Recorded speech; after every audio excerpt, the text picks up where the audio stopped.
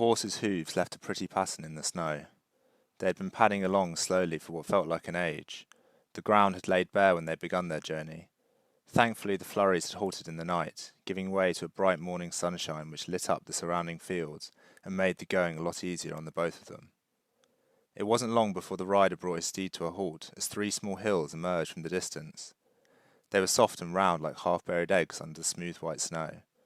Something was stood atop the furthest, a dark outline against the horizon. The man leant forwards to rub the neck of his horse as he squinted at the cluster of little hills. He'd been meaning to stop soon, and the hills were staring back at him. They were made more massive by the lack of surrounding features.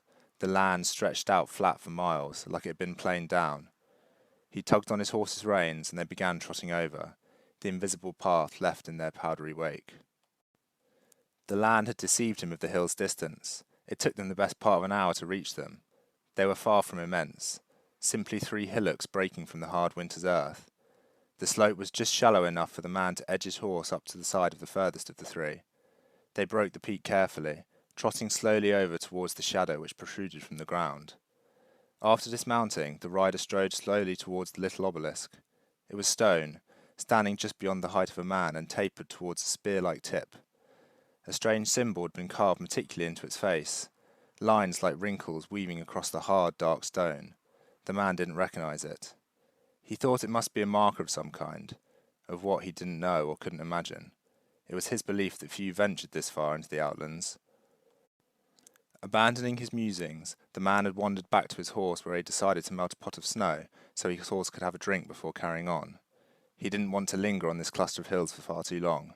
He doubted anyone would leave the road to look for him. As his horse was drinking, the man had wandered over to the edge of the hill's peak and glanced over the sloping edge. Below, a small valley had formed where three of the hills met, leaving a deep bowl where the snow sat deepest, untouched in the low-lying dark. The man frowned as he leant over the edge and stared below, panic rising within him as he squinted at the shapes in the snow. The way they rose and fell appeared distinctly unnatural. Fear flooded his chest as he stood, paralyzed, gazing at the body submerged in the valley, its cold dead hands reaching up towards him. He made the decision without thinking. Speeding back towards his horse, he tied it off and grasped the trailing coil of rope.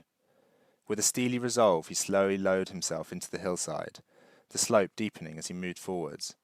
The man flew down, the soft snow acting like grease as he slid across its glistening surface. The outline of the body approached quickly, its stiff pose growing as the man fell towards it, unable to shift his own body out of its path. He felt the impact as it shattered against him. His frame was sent sprawling over the man at the base of the hill, half burying him in the untouched snow. He scrambled quickly to his feet, desperately hauling himself over to where he'd seen the body. The outline was still visible despite the mark he'd made when he'd crashed over it. He began to approach more slowly, gently laying his hand over the face of the prone man's figure before pulling his hand back, scraping the snow away from the statue's face. It was stone. He didn't bother to uncover the rest, leaving the monument to its frosty grave. It didn't need to be disturbed any further. The man didn't move for a while. He sat miserably at the base of the hill as the realization of his foolishness weighed down upon him, the thought of the climb back to the peak adding to the load. He only raised his head at the sound of a bird nearby. A robin had flown down and was hopping about adrift a few feet from where he sat. A shadow of a smile reached the man's face as he watched the little creature.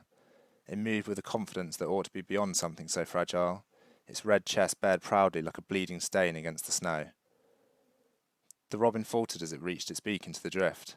It seemed as though it was struggling with something, tugging it back and forth. The man frowned.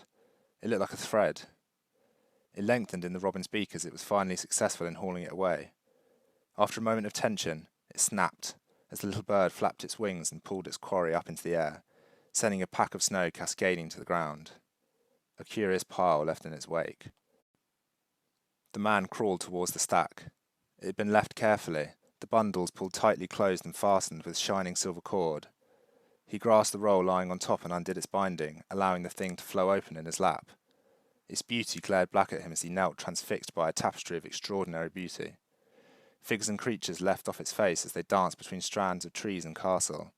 Thin lines of silver and gold ran like rivers in intricate patterns, burning in the light. The climb back to the hill's peak was long forgotten by the time the man was tying his treasure to the back of his horse. It hadn't been difficult to find the energy to haul himself up after his discovery. He leant down to rub the steed's neck as they began to follow their footsteps back towards the road, the extra weight restricting them to no more than a lazy pace at best.